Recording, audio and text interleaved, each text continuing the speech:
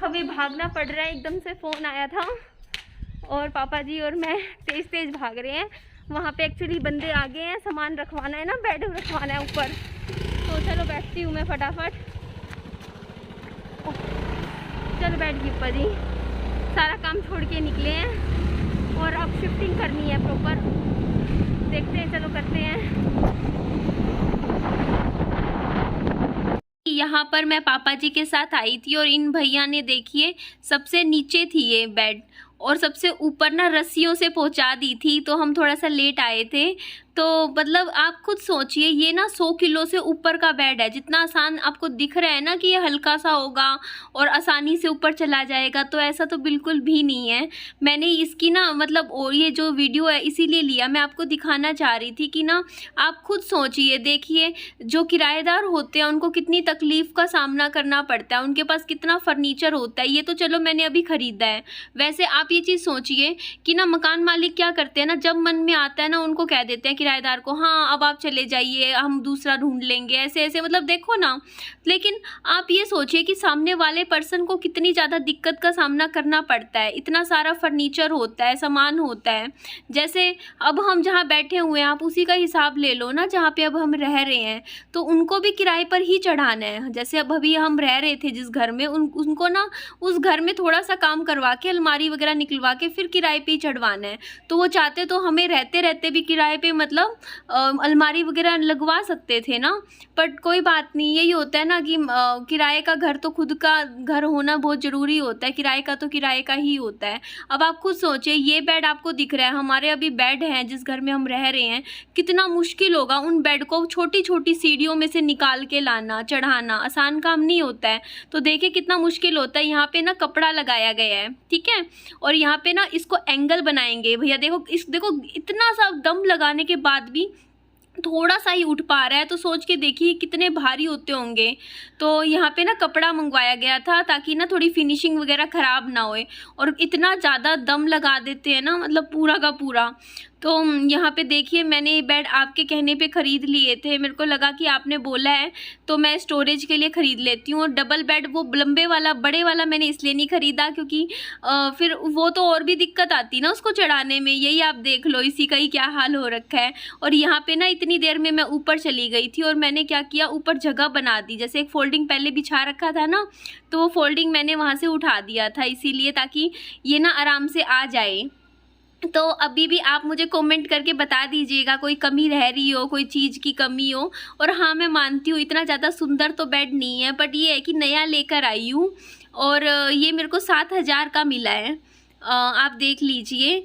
तो उस ठीक है, मतलब ना उन्होंने गारंटी दी है कि 40 साल भी ख़राब नहीं होगा, इतना अच्छा दे रहे हैं आपको, मजबूत चीज़ है। तो वही है ना, या तो आप सुंदरता देख लो किसी चीज़ की या फिर आप मजबूती देख लो, है ना जी। तो वो जो डिज़ाइन वाले थे ना, सुंदर डिज़ाइन वाले, बल्कि वो 6,000 का मिल रहा था। लेकिन बात ये है ना कि ये टिकाऊ चीज़ है, ये चलने वाली चीज़ थी, इसलिए ये वाला ले लिया था। तो इसको ना चढ़ाना तो आप देख लीजिए, महाभारत हो ही गई थी हम सब के लिए। तो हमने पापा जी से तो कहाँ इतनी दम लगना था, और मेरे तो बस की बात थी ही नहीं। मैं तो इसको इतना सा भी नहीं सरका सकती क्योंकि मेरा स्टेमिना इतना नहीं है। मेरे को मतलब एक्सरसाइज भी अब थोड़ी बहुत मैं करती हूँ, पर ठीक है। लेकिन इन भैया की तो सच में मतलब क्लैपिंग होनी चाहिए कि ये कितनी मेहनत का काम कर रहे हैं ना, कितना मेहनत है ना, मतलब सामान को इतना भारी भरकम चीज़ों को उठाना। तो यही है, मैं तो मतलब अब लेकिन ना मेरे साथ अच्छी चीज़ ये हुई है कि अब जहाँ पे मतलब मैं आई हूँ ना यहाँ पर, उन्होंने ना जो भैया है जिन्होंने मतलब मुझे दिलवाया है, उन्होंने बोला है कि आपका रेंट एग्रीमेंट बनवा देते हैं 2 साल का।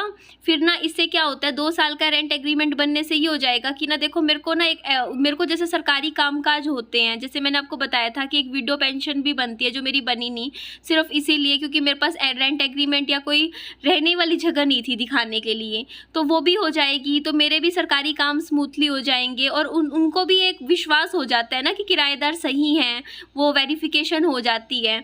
और मेरी तरफ से भी ये हो जाएगा कि देखो जब तक रेंट एग्रीमेंट का वो ख़त्म नहीं होता, मतलब जो भी टाइम है, तब तक कोई भी मकान मालिक नहीं कह सकता कि आप अपना सामान लेकर यहाँ से जाओ, है ना जी। तो ठीक है, एक बार आप बैठ जाते हो तो ठीक है ना, मतलब होना तो यही चाहिए कि मकान मालिक और किराएदारों के बीच में आपस में एक पर्सनल अंडरस्टैंडिंग होनी चाहिए अच्छी। तो जी यहाँ पे देखिए मेरा ये बेड भी ऊपर सरकने लग रहा था और मुझे अच्छा लगा, खुशी मिली। मतलब मेरे को तो बहुत इमोशनल हो रही थी मैं कि चलो देखिए, मतलब आप लोगों की वजह से ही ये बेड आया है। मैं तो सच में आप लोगों को थैंक यू बोलती हूँ, सच में सिर्फ़ और सिर्फ आप लोगों की वजह से आया है। सही में आपने मुझे अगर सपोर्ट ना किया होता तो आज मैं अभी भी फोल्डिंग पे ही सो रही होती। मतलब आपने मतलब मेरी वीडियो देखी, मेरे को थोड़ा-सा सपोर्ट दिया, प्यार दिया, तो देखिए ना मेरे कुछ पैसे बने और मैं उनसे एक बेड खरीद लाई। तो थैंक यू, मैं सबको थैंक यू बोलती हूँ। आप सबके प्यार की वजह से ही आज अगर मैं कुछ कर पा रही हूँ अपने बच्चे के लिए, तो वो मैं नहीं कर रही हूँ, आप सब कर रहे हो, आप सब मिल के कर रहे हो। सच में आप सब ने मेरे को सहयोग दिया, तभी आज मैं इस इतनी हूँ कि चलिए देखिए मैं बेड खरीद पाई, मैंने एक अलमारी भी खरीद ली, ठीक है ना? थोड़ा-सा एक सेल्फ रिस्पेक्ट से अपनी ज़िंदगी जी पा रही हूँ, है ना जी? तो थैंक यू आप सबके इतने प्यार के लिए। आप सब मेरे को लिए बहुत स्पेशल हो, चाहे आप मेरे हेटर हो, चाहे मेरे लवर हो, पर सब मेरे लिए बहुत क्लोज़ हैं, अच्छे हैं। चलिए कोई नहीं, देखिए आप मेरे हेटर्स भी अगर मेरे बारे में कुछ कहते हैं, आप ये मत कीजिए, वो ना कीजिए, तो मेरे अच्छे के लिए ही कहते हैं। तो मुझे उनसे सीखना चाहिए ना और अपने आप को इम्प्रूव करना चाहिए। तो ऐसा नहीं होता, कोई किसी से नफ़रत थोड़ी करता है, हेटर तो कहने की बात होती है, हेटर भी लवर बन जाते हैं। और देखना मैं ना आप सबसे इतना प्यार करूँगी, आप सबको इतना प्यार दूँगी, देखना एक दिन जो मेरे हेटर है वो भी मेरे लवर बन जाएँगे, ठीक है ना जी? तो चलिए हम उस दिन का इंतज़ार करेंगे जब मेरे हेटर भी मेरे से प्यार करने लग जाएँगे। कभी तो ऐसा दिन भी आएगा ना, अभी तो ज़िंदगी है मेरे पास जितना टाइम है। तो यहाँ पे देखिए मैं पानी-वानी पिला रही थी भैया को और ये बेड रख दिया था और भैया कह रहे थे कि ना कल आके फिनिशिंग कर जाएँगे क्योंकि थोड़ी ना ख़राब हो गई है।